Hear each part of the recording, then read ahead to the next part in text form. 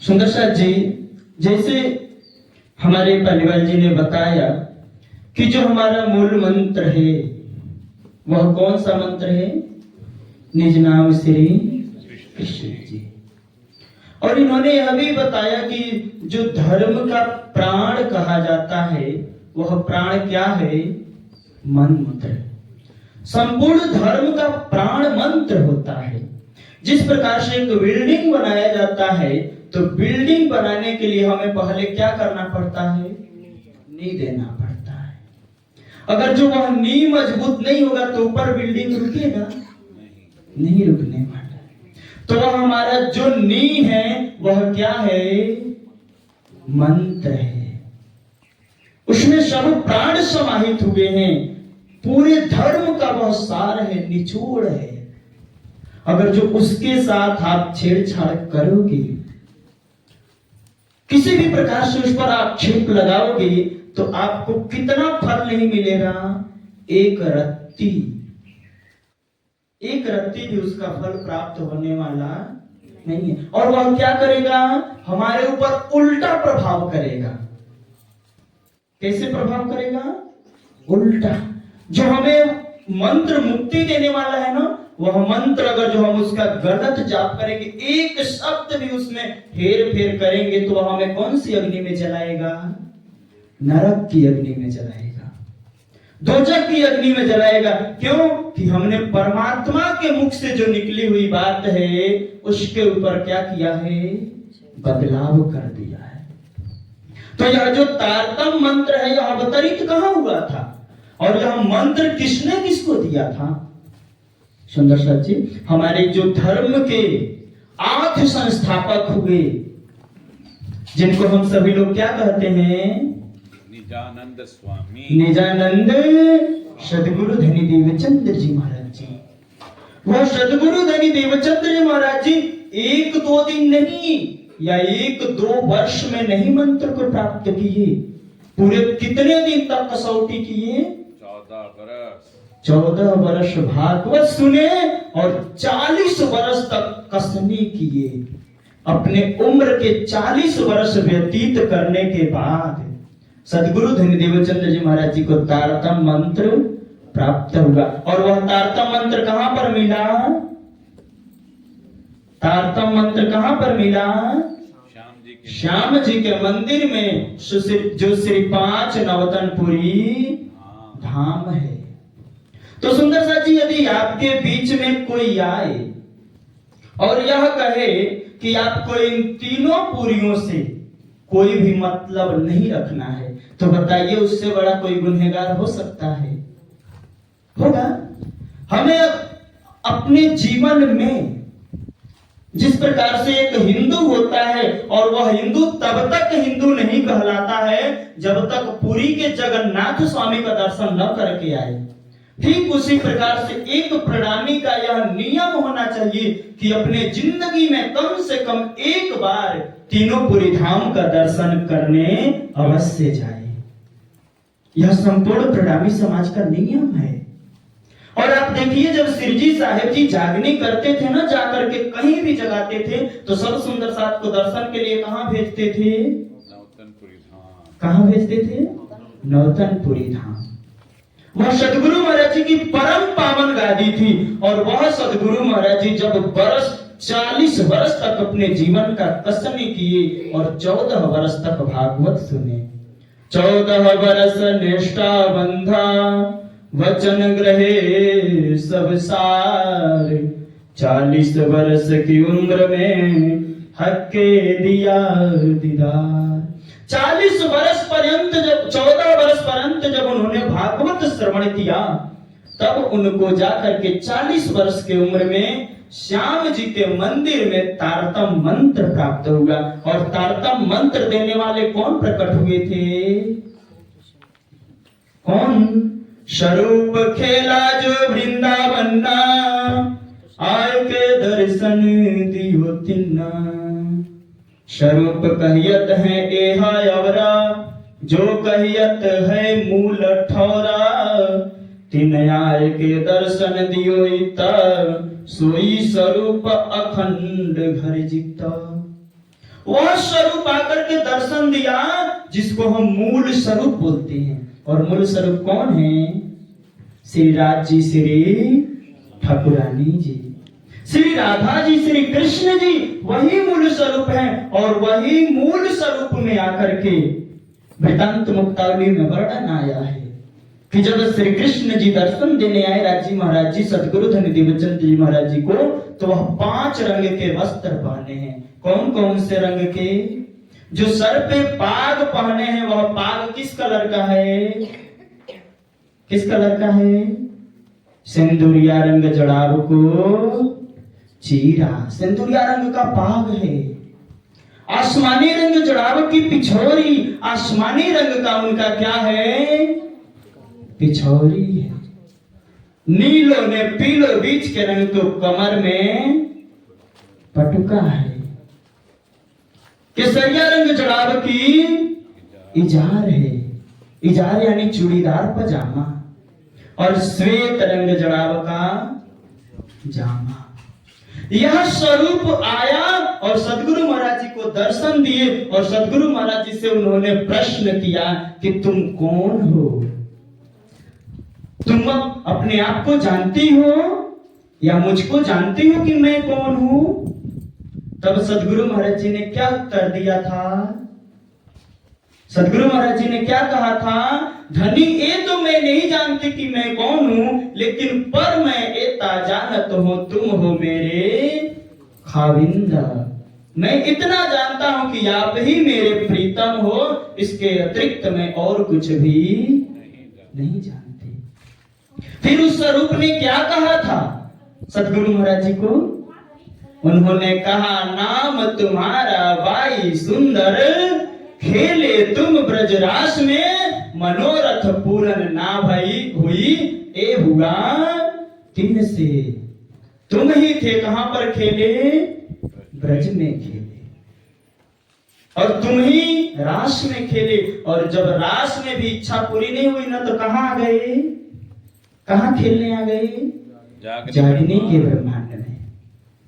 और आगे उन्होंने कहा कि जो मेरा नाम है ना, कौन सा नाम? जैसे आपके घर में एक बच्चा हो, तो उस बच्चे को आप घर में क्या कह के बुलाओ? गोलू, मोलू, टिक्कू बोलो ना। उसके दोस्त हो में कुछ और नाम रख करके बुलावे। लेकिन आप उसका एक जो मूल नाम हो उसको भी तो निकलवा कर रखो ना कि इसका मूल नाम क्या है। और वही मूल नाम हर जगह चले। तो ठीक उसी प्रकार उस परमात्मा का कुछ मूल नाम होगा कि नहीं होगा? होगा। तो उन्होंने कहा कि मेरा नाम क्या है? निज नाम श्री कृष्ण जी, अनादि अक्षरा। मैं कौन हूं? श्री कृष्ण हूं। और कैसे हूं? मिटने वाला नहीं हूं, ना क्षर ब्रह्मांड का हूं, ना अक्षर का हूं। मैं कहां का रहने वाला हूं? अक्षरातीत धाम का रहने वाला हूं। और अक्षरातीत धाम से आया हूं। और वही सदगुरु धनी देवचंद जी महाराज जी इस मंत्र को पाकर के कितनी ब्रह्मात्माओं को जागृत किए? 313। अब आप बताइए 313 में कितनी वासनाएं सो गई? आप लोगों ने कभी बीतक श्रवण किया है? कितने लोग हैं? जरा हाथ उठाइए बीतक सुनने वाले, जिन्होंने पूरे महीने शेरपुर धाम या कहीं और जाकर के बीतक सुना है। हाथ उठाओ, सब उठाओ जो जो सुना है। अच्छा, सभी लोग नहीं सुने हैं। तो जो लोग नहीं सुने हैं उनको मैं बता दूं, सदगुरु धनी देवचंद जी महाराज जी के समय में कुल 313 ब्रह्मात्माएं जागृत हुई। लेकिन 313 वासनाओं में से अधिकतम वासनाएं सो गई। क्यों? कि वह समय कौन सा था? रात्रि का। अगर जो आप रात्रि में सोते रहो तो आपको मैं जगाने आऊं तो आप जगोगे? शायद जग जाओ, 5-10 मिनट के लिए जग जाओ, फिर सो जाओ। क्योंकि रात्रि का समय है। और जब सुबह हो जाए, दोपहर हो जाए और तब मैं आपको जगाने आऊं और फिर सोओगे आप लोग? नहीं सोओगे ना। ठीक उसी उसी प्रकार सदगुरु धनी देवचंद्र जी महाराज जी जब हमें जगाए तो वह समय कौन सा था? रात्रि का समय। लेकिन उस टाइम भी एक सखी ऐसी रही जो सोई नहीं और वह जागृत रही। उस सखी का नाम क्या है? इंद्रावती। इंद्रावती। और इंद्रावती जी ने कहा, पीऊ जगाए मोहे एकली, मैं जगाऊं बांधे जुत्था।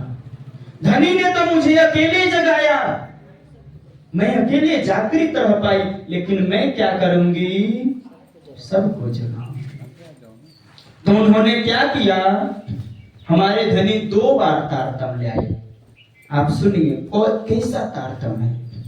तारतम देख विचार के पीऊ ल्याए बेर धोए, और एती आग सर पर जली अजू रहा खांगड़ू। 2 बार तारतम आया। कौन कौन सा तारतम है? आप लोगों के अंदर प्रश्न आता होगा ना ऐसे चौपाइयों को सुन करके कि ये 2 तारतम है कौन से? तो जो लोग इसका अर्थ नहीं जानते, जिन्होंने कभी गुरु के पास जाकर तालीम ही नहीं लिया, गुरु से सीखा ही नहीं, मनगढ़ंत दिमाग लगाए, तो उनके अंदर कौन सी बुद्धि बैठ जाएगी? शैतान की। दज्जाल का खाली मन इबलीस का घर, उसके अंदर इबलीस बैठ जाएगा और इबलीस बैठ करके क्या करेगा? इन चौपाइयों का अनर्थ कराएगा। और इन चौपाइयों को अनर्थ करके आप जैसे भोले भाले सुंदर साथ को, जो परमहंस महाराज जी के सिवाय, राज्य के सिवाय कुछ जानते नहीं हो, आप लोगों को वह भटकाएगा, आप लोगों को पकड़ेगा, आप लोगों के मार्ग को तोड़ करके आप लोगों को परमहंस महाराज जी से दूर कर देगा। सिर्फ परमहंस महाराज जी का फोटो लगाने से, परमहंस महाराज जी का जयकारा बोलने से परमहंस महाराज जी का काम करना नहीं होता है। परमहंस महाराज जी के बताए हुए मार्ग पर चलना ही परमहंस महाराज जी को मानना है कि नहीं है? बिल्कुल। तो ऐसे तारतम मैंने कहा ना 2 बार आया। कौन कौन सा आया? एक तारतम जो श्याम जी के मंदिर में सदगुरु धनी देवचंद्र जी महाराज जी को प्राप्त हुआ 16 अक्षरी, वह कौन सा तारतम है?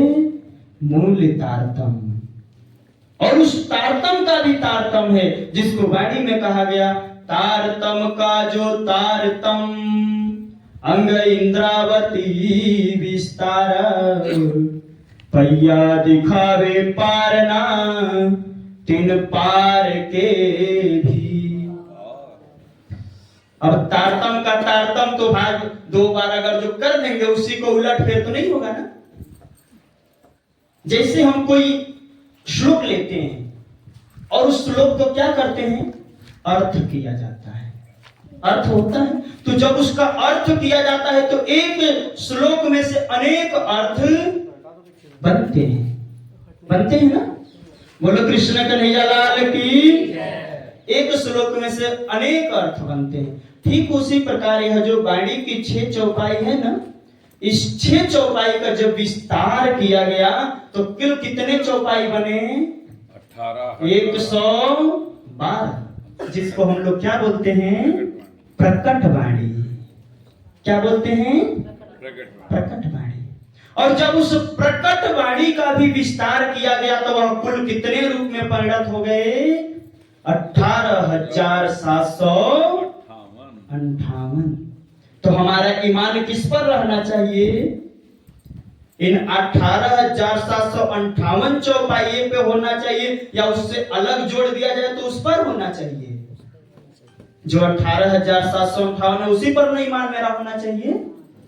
तो यह जो 18,758 चौपाई इंद्रावती जी के मुख से अवतरित हुआ, उसी को दूसरा तारतम बोला गया। बोलो कृष्ण कन्हैया लाल की। इसी को क्या बोला गया है? दूसरा तारतम। पिउलाए बेर। और आगे क्या कहते? एती याद सिर पर जली। यह ब्रह्मवाणी आकर के आपके बीच में क्या कर रही है? गर्जना कर रही है। और जब ब्रह्मवाणी गर्जना कर रही है और इस गर्जना को सुन करके यदि आप जागृत नहीं होगे तो आप क्या कहलाओगे?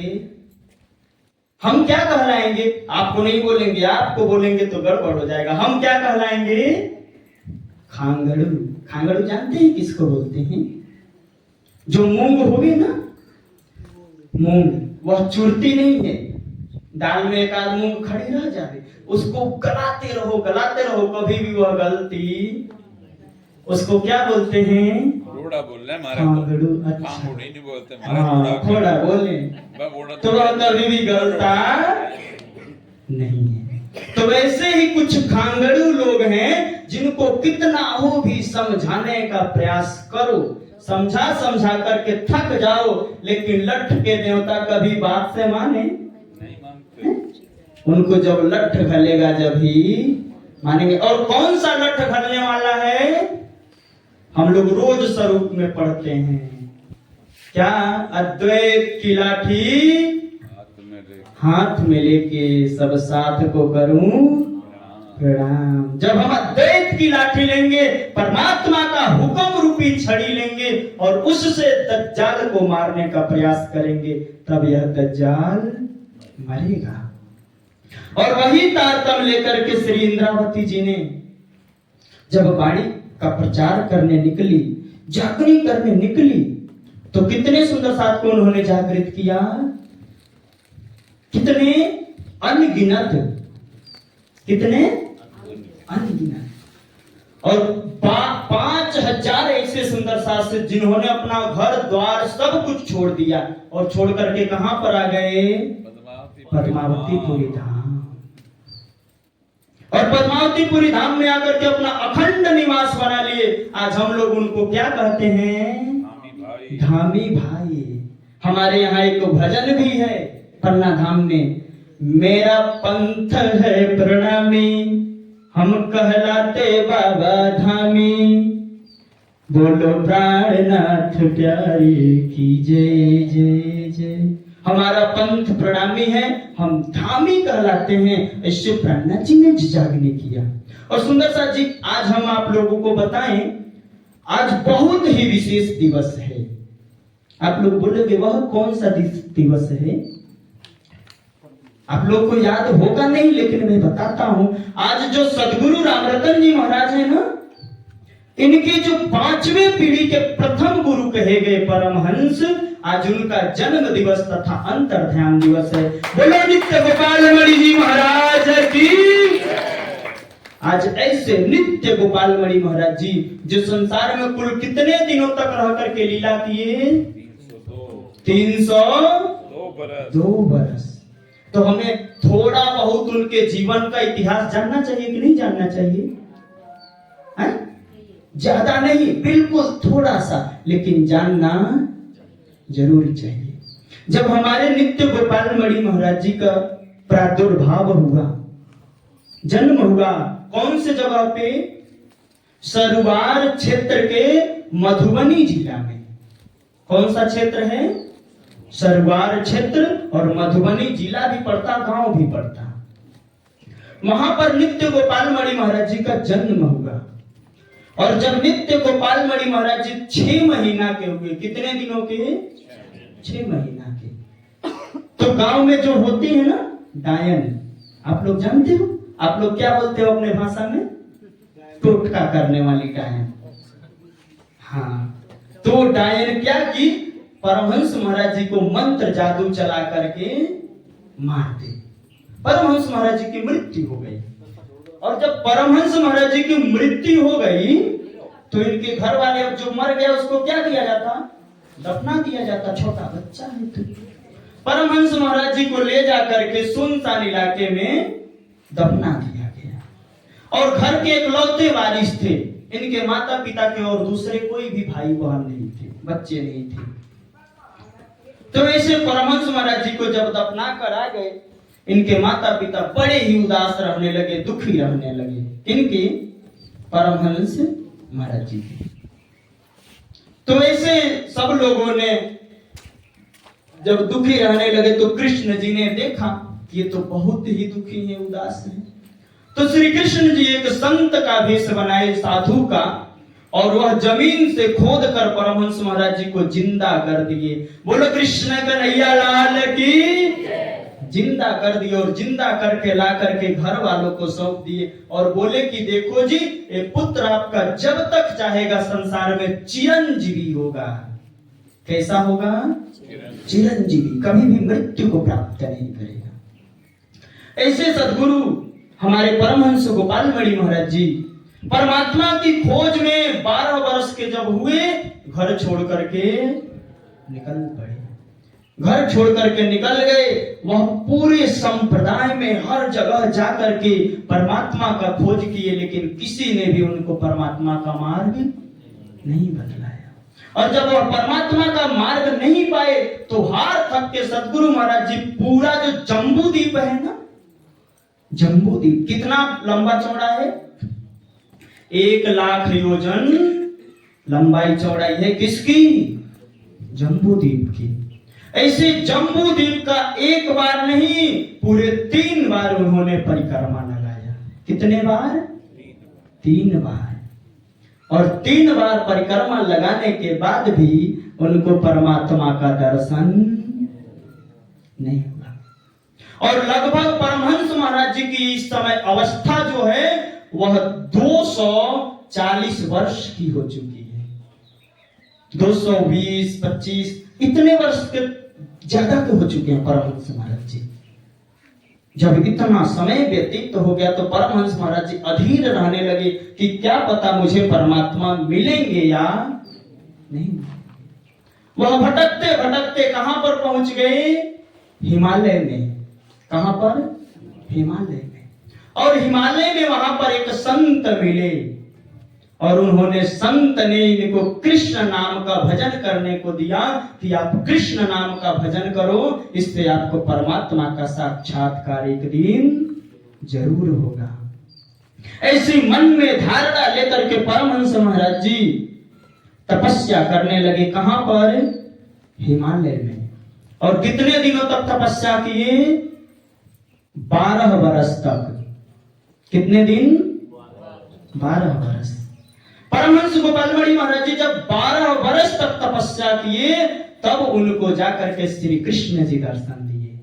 और श्री कृष्ण जी दर्शन देकर के कहे, हे देवचंद्र जी आप यहाँ से नीचे जाओ। गोपाल मणि महाराज जी को श्री कृष्ण जी दर्शन दिए गोपाल मणि महाराज जी को, और उन्होंने दर्शन देकर के कहा आप नीचे जाओ। देवचंद्र जी को अच्छा, ओ हाँ, तो परमहंस महाराज जी, हमें आगे देवचंद्र जी का भी नाम आएगा, इसके लिए आ गया होगा जुबान पे, तो इसके लिए क्षमा प्रार्थी है, गलती हो गया हो तो ऐसे परमहंस महाराज जी को दर्शन दिए श्री कृष्ण जी और कहे नीचे जाओ। जब गोपाल मणि महाराज जी पहाड़ से उतर करके नीचे आए तो साक्षात उनको देवचंद्र जी महाराज जी के दर्शन हुए। और देवचंद्र जी महाराज जी ने उनको तारतम मंत्र सुनाया। कौन सा तारतम मंत्र दिया? आप लोग बोलोगे एक बार हाथ उठा करके, जोर से बोलो, कौन सा मंत्र दिया? निज नाम श्री कृष्ण जी अनादि अक्षरातीत। यही मंत्र सतगुरु महाराज जी ने किसको प्राप्त दिया?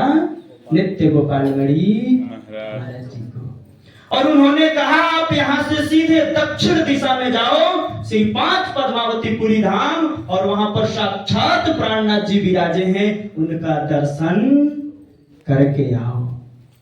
गोपाल मणि महाराज जी वहां से उतरे पहाड़ों से, और वहां से उतर करके सीधे आए तो वह अयोध्या पहुंचे। और अयोध्या में हमारे महाराजा छत्रसाल जी के ही एक शिष्य वैद्यनाथ जी रहते थे। उनसे नित्य गोपाल मणि महाराज जी की मुलाकात हुई और बात हुई तो उन्होंने बताया कि मैं महाराजा छत्रसाल जी का शिष्य हूँ। उस टाइम महाराजा छत्रसाल जी भी अंतर ध्यान हो चुके थे, वह भी नहीं थे, लेकिन उन्होंने मार्ग बताया कि जंगल के मार्ग से होते हुए आपको पद्मावतीपुरी पहुंचना होगा, क्योंकि आज के लगभग 150 साल 50-60 साल पहले जंगल हुआ करते थे, और वह तो काफी टाइम हो गया, 150 पौने 200 साल के हो गए। ऐसे परमहंस महाराज जी चलते चलते गए और पद्मावतीपुरी धाम में जब पहुंचे तो राज जी ने कहा क्यों नहीं इनकी परीक्षा ले जाए। परमहंस महाराज जी सोचिए, इतने बुजुर्ग हो चुके हैं, फिर भी राज जी उनको परीक्षा लेना चाहते हैं, उनको भी परीक्षा से छोड़े नहीं। तो राज्य ने क्या किया, परमहंस महाराज जी को कोढ़ी का रूप दे दिया। कौन सा रूप? कोढ़ी का। अब जब गांव के लोग देखे, पन्ना वाले देखे, कहे अरे बाबा बाबा मंदिर पर नहीं चढ़ना, आप नीचे ही रहो, आपको मंदिर पर जाने की जरूरी नहीं है। परमहंस महाराज जी बड़े दुखी हुए और दुखी होकर के कहे चलो आप हमें ऐसे नहीं जाने दोगे, लेकिन हम तो जा करके ही रहेंगे। सब लोग रोके, परमहंस महाराज जी दोहरी कमायनी दरवाजा पर बैठे और वहां पर बैठे बैठे गुम्मट जी के पीछे जाकर बैठ गए। बोलो परमहंस जी महाराज की। जब नीचे जाकर के पीछे बैठ गए तो उस टाइम पे कामदार हुआ करते थे ठाकुर बप्पा जी। उनका नाम था निर्मल दास, लेकिन ठाकुर बप्पा जी बोले इसीलिए तुम्हें जिम्मेदारी दिया है कि तुम्हारे दरवाजे कोई संत आए और तुम चैन की नींद सोते रहो। ठाकुर बप्पा जी दौड़े दौड़े गए और जाकर के देखे कि कौन सा संत आया है। तो वो देख रहे कि अरे एक बुजुर्ग साधु पड़े हैं मंदिर के पीछे। वो उठा करके हाथ पकड़ करके अपने घर ले गए, अपने घर ले जाकर के नहलाए धुलाए तैयार किए, और शाम के समय जब गौरी आरती होती है ना, उस टाइम पे मंदिर का पट खुलता है। ऐसे टाइम परमहंस महाराज जी को निर्मल दास जी लेकर के आए और जैसे ही हमारे गोपाल मणि महाराज जी ने राज्य का दर्शन किया, उनके आंखों से आंसू झलक पड़े। परमहंस महाराज जी रोते रहे, गए धनी हमने आपका इतना दिन तक इंतजार किया और आपने अभी तक मुझको दर्शन नहीं दिया, आज दर्शन दिया। इतने दिन में इंतजार करते करते मेरी अवस्था देखो क्या हो गई है। और परमहंस महाराज जी को ठाकुर बप्पा जी ने रहने का जगह दिया, जिसको आज हम लोग कौन सा जगह बोलते हैं पद्मावतीपुरी धाम में? पुरानी। उसका पुराना जो नाम है उसको बोलते थे पौराणिक शाला, लेकिन कालांतर में चेंज होते होते उसका नाम आज पुरानी शाला पड़ गया। तो वहां पर परमहंस महाराज जी रहे और परमहंस महाराज जी खुद कुआं खुदवाए, जिस कुआं का भोग आज भी चारों मंदिरों में लगता है। और परमहंस महाराज जी को राज्य ने आदेश कर दिया कि आप जाओ और फूलपुर भैया साइड की जागनी आप करो। परमहंस महाराज जी फूलपुर भैया की जागनी की और वहां पर इतने ब्राह्मण थे ना, सब ब्राह्मण थे, एक भी प्राणनाथ जी की बात मानते नहीं थे, लेकिन उन्होंने सबको परमात्मा प्राणनाथ जी की बातों को मनवाया। कौन? परमहंस गोपालमणि महाराज जी। और परमहंस गोपालमणि महाराज जी के ही परंपरा में उनके शिष्य हुए साधु बाबा जी महाराज। साधु बाबा जी के ही शिष्य हुए कांता दास जी, जिनको कांता दास जी दो नामों से लोग जानते हैं। और उनके शिष्य हुए कौन? राजनारायण दास जी महाराज। और राजनारायण दास जी महाराज जी को सोनगिर में वह रहते थे, वहीं पर परमहंस महाराज जी मिले और वहां पर उनको तारतम दिए, जो आज हमारे परमहंस रामरतन जी महाराज जी हैं। यह किनके शिष्य बने? राजनारायण दास जी महाराज के। तो ये तो हुई हमारे परमहंस महाराज जी की जीवनी, लेकिन चूंकि आज ही उनका अंतर्ध्यान भी है। वह जिस दिन प्रकट हुए थे ठीक उसी दिन 302 वर्ष की अवस्था में आज ही के दिन अंतर्ध्यान भी हो गए। तो अंतर्ध्यान के समय क्या हुआ? ठीक 1 साल पहले उनके जो शिष्य थे, जिनका नाम क्या था? साधु बाबा जी। साधु बाबा जी ने कहा परमहंस महाराज जी से कि हे पिया, जब यदि पति की मृत्यु हो जाए तो ऐसे समय में पत्नी को रहना चाहिए है? तो परमहंस महाराज जी ने पता है क्या कहा? उन्होंने कहा कि पत्नी का कर्तव्य है कि पति के धाम जाने से पहले वह धाम चली जाए। बोलो कृष्ण कन्हैया लाल की। उस टाइम साधु बाबा की उम्र मुश्किल से 60 से 65 साल के बीच में था और उन्होंने घर जाकर के अपना शरीर छोड़ दिया। बोलो कृष्ण कन्हैया लाल की। 1 वर्ष पहले साधु बाबा अपने आप को मिटा दिए। और जब साधु बाबा धाम चले गए, ठीक उसके 1 साल बाद सभी ब्राह्मणों को परमहंस महाराज जी इकट्ठा किए, एकत्रित किए। बोलो कृष्ण कन्हैया लाल की। आप वो अपना काम कर रहे हो, उनको करने दीजिए। आप लोग यदि उधर देखोगे ना तो मैं भी वहीं देखूंगा, फिर मैं बोलना भूल जाऊंगा, ठीक है। तो ऐसे हमारे जो परमहंस महाराज जी ने सभी ब्राह्मणों से पूछा कि मृत्यु के बाद अग्नि संस्कार करना सही होगा या समाधि देना सही होगा। तो सभी लोगों ने कहा, जितने भी वहां पर ब्राह्मण समुदाय एकत्रित था, उन्होंने कहा, अरे महाराज, ये तो समाधि परंपरा हमारे समाज से है ही नहीं, तो हमें समाधि तो देना ही नहीं चाहिए, हमें अग्नि संस्कार करना ही सर्वोपरि है। परमहंस जी महाराज जी कहे, इन सबको मेरे भी स्वरूप की पहचान नहीं होती। परमहंस महाराज जी राज्य के ही स्वरूप थे।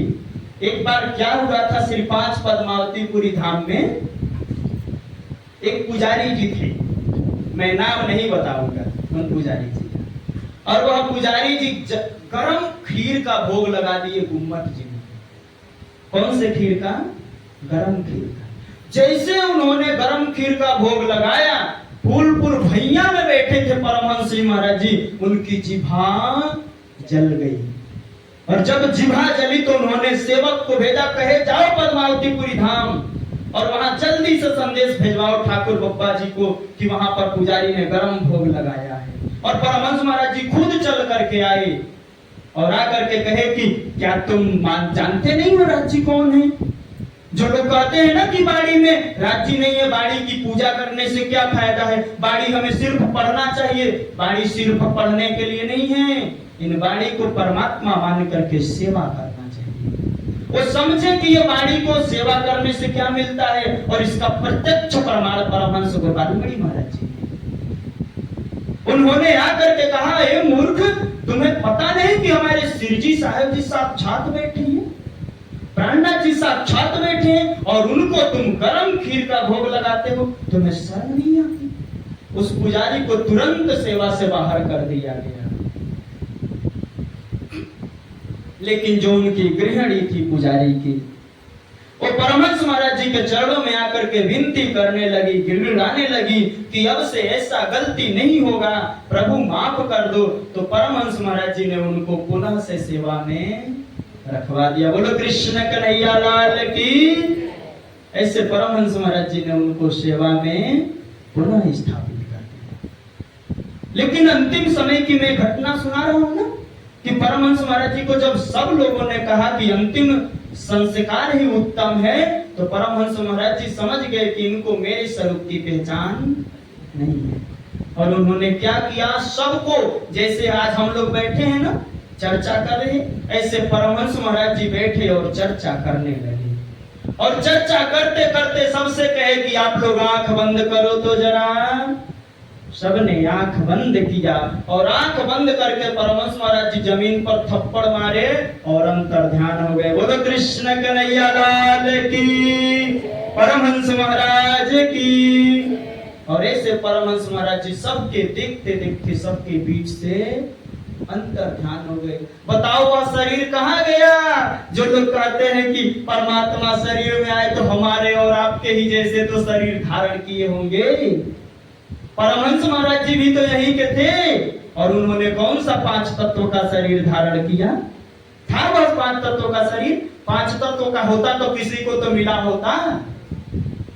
और ठीक परमहंस महाराज जी जैसे उधर धाम गए, इधर पद्मावतीपुरी धाम में मजलिस हो रही थी। सुंदर साथ जी, क्या हो रहा था?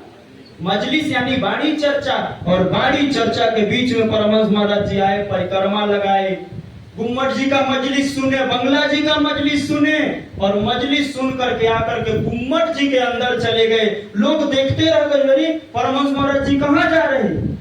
पुजारी रोके और अंदर जाकर के देख रहे तो कोई नहीं है। बोलो कृष्ण कन्हैया लाल की। परमहंस महाराज जी राज्य में ही समा गए। ऐसे हमारे रामरतन महाराज जी भी राज्य में समा गए, पद्मावतीपुरी धाम में जाकर के। इसका भी प्रत्यक्ष प्रमाण है। और किसी को शंका हो तो मैंने सुना है परमहंस महाराज जी को बाद में भी निकाला गया था और सबने देखा कि परमहंस महाराज जी आज भी बैठे हैं। तो आप बताओ वह 5 तत्वों का शरीर है? और जो परमहंसों ने उस श्री कृष्ण का भक्ति करके अपने शरीर को नूरी तत्व बना लिया, भला उस कृष्ण का कहीं 5 तत्वों का शरीर हो सकता है? हो सकता है? कभी नहीं हो सकता है। और आपको ऐसे बातों बहकी बातों से जो भटकाने का प्रयास करें उनके ऊपर जोरदार तमाचा मारना, परमहंस महाराज जी का आशीर्वाद प्राप्त करके। किसी भी प्रकार से कोई बहलाने का फुसलाने का प्रयास करे, आप शेरपुर धाम से कांटेक्ट करो, संपर्क करो, क्योंकि ये आपके नजदीक में है। और सुंदर साथ जी जो श्री 5 पद्मावतीपुरी धाम नहीं गए हैं, नवतनपुरी धाम नहीं गए हैं, मंगलपुरी धाम नहीं गए हैं, अपने जीवन का अमूल्य समय निकाल करके एक बार अवश्य ही दर्शनार्थ जाइए। अब ज्यादा कुछ न बोलते हुए मैं इन्हीं वचनों के साथ अपनी वाणी को विराम दूंगा और आप लोगों के ऊपर परमात्मा श्री कृष्ण की धामधनी की अनंत कृपा बनी रहे, ऐसे मैं प्रार्थना करूंगा राज जी से। तो आप लोग जयकारा बोलोगे ना? बोलो श्री प्राणनाथ प्यारे की, श्री धाम के धनी की, श्री कृष्ण कन्हैया लाल की, श्री 5 पद्मावतीपुरी धाम की, तीनोंपुरी धाम की, शेरपुर धाम की, परमहंस जी महाराज की प्रणाम जी।